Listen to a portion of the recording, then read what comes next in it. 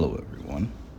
Today's video will be a performance demo of the F-100D Super Sabre by Grinnelli Designs.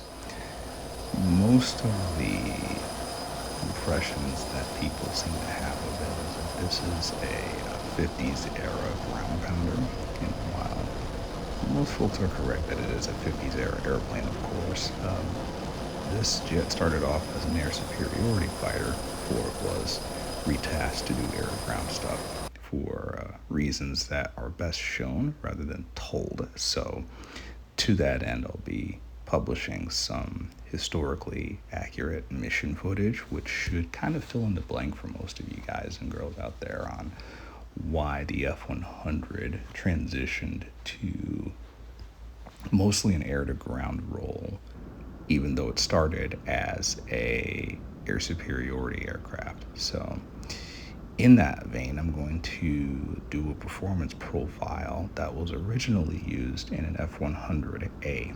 Now, it's key to note here that the F-100A is a bit different from the D that we have in the game. The D has more air-to-ground capability, which, much like the F-16C versus the F-16A of today, made the F-100D just a bit heavier than its predecessors. So this is all, of course, to say that some of the performance that we're going to see isn't going to match what you would expect from an A.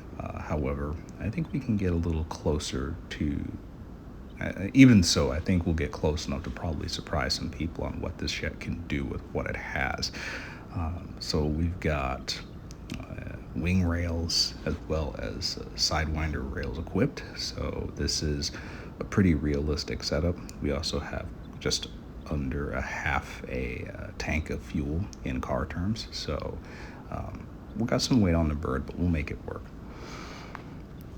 So the goal here is to get the Hun as high as we can, because in the profile that we're mimicking, the F-100 was used to make a high altitude Sidewinder test at U.S. Navy China Lake. There's a pretty interesting story about how that happened in the wonderful Amazon documentary, Hun Pilots. If you haven't seen it and you're watching this, you would enjoy that. Some really good information and stories from the veterans who flew this in U.S. service. And one of them came from a U.S. Navy test pilot who was in the early Sidewinder project, and they needed to get a high speed supersonic test in at high altitude, but none of the planes that the Navy was assigning them was capable of doing that. So a U.S. Air Force general took stock of the situation and helped them out by assigning them an F-100 fresh off the production line to help complete the test. So in a big way, the Hun helped make the Sidewinder what it is. So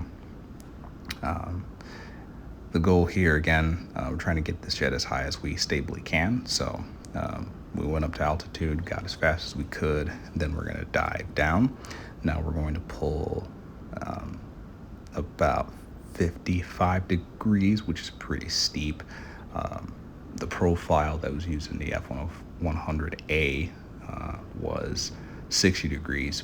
But again, as mentioned earlier, that's a much lighter and higher performing airplane relative to the F-100D. So I'm not going to go all the way up to 60 on this one.